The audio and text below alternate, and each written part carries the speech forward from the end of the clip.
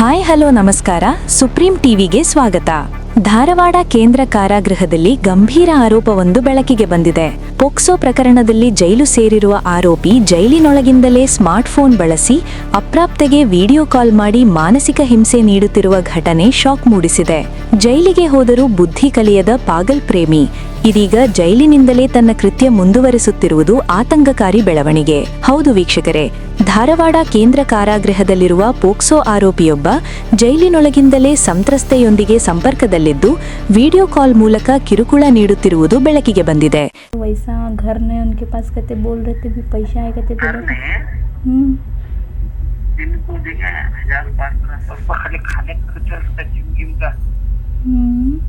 भी उन्होंने बोले बा उनके पास घर नहीं, छोटा है, गरीब है उन्होंने। वो पूछी मैं कैसा आया पैसा कते पूछी। राजा उनका घर कहाँ है? मैं नहीं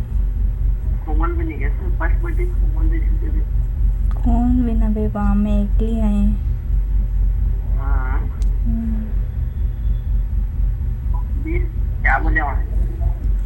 क्या बोलती हूँ उन्होंने नेहा के पास उतना पैसा कहीं का है, उसके पास वो सब भी लेने को।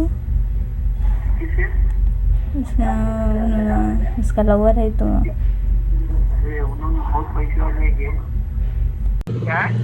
वो नेहा का लवर का फोन क्या है? उसके पास भी फोन है क्या?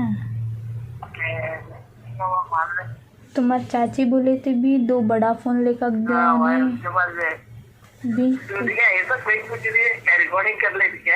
माइक कर लेंगे। तुम्हारी चाची बोले थे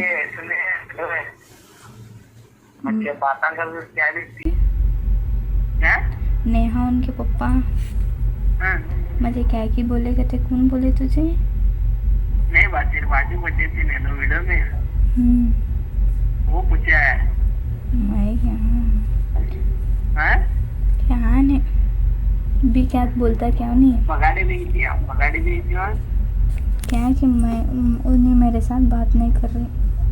वो नहीं बाबा फोटो में बैठे वो कोमल गिमल ಕೈದಿಯ ಕೈಯಲ್ಲಿ ಸ್ಮಾರ್ಟ್ಫೋನ್ ಇರುವುದೇ ದೊಡ್ಡ ಪ್ರಶ್ನೆ ಮೂಡಿಸಿದ್ದು ಜೈಲು ವ್ಯವಸ್ಥೆಯ ಮೇಲೆ ಗಂಭೀರ ಅನುಮಾನಗಳು ಮೂಡಿವೆ.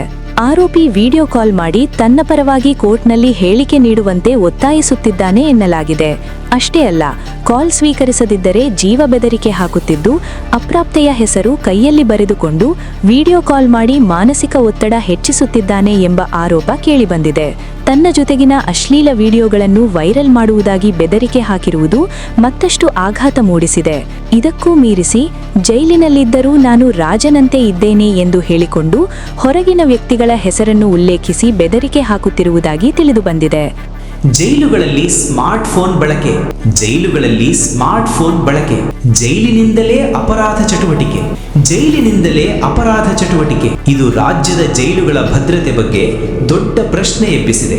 ಜೈಲಿನೊಳಗೆ ಇಂತಹ ಕೃತ್ಯಗಳು ನಡೆಯುತ್ತಿರುವುದು ಎಷ್ಟು ಭಯಾನಕ ಎಂಬುದನ್ನು ಈ ಘಟನೆ ತೋರಿಸುತ್ತಿದೆ. ಇದೀಗ ಸಂಬಂಧಿಸಿದ ಅಧಿಕಾರಿಗಳು ಎಚ್ಚೆತ್ತುಕೊಳ್ಳುತ್ತಾರೆಯೇ? ಸಂತ್ರಸ್ತೆಗೆ ನ್ಯಾಯ ಸಿಗುತ್ತದೆಯೇ? ಇದನ್ನು ಕಾದು ನೋಡಬೇಕಾಗಿದೆ. ಸ್ವಚ್ಛ ಸಮಾಜಕ್ಕಾಗಿ ನೋಡ್ತಾ ಇರಿ ಸುಪ್ರೀಂ ಟಿವಿ. ಶೇರ್ ಮಾಡಿ, ಲೈಕ್ ಮಾಡಿ, ಸಬ್ಸ್ಕ್ರೈಬ್ ಮಾಡಿ.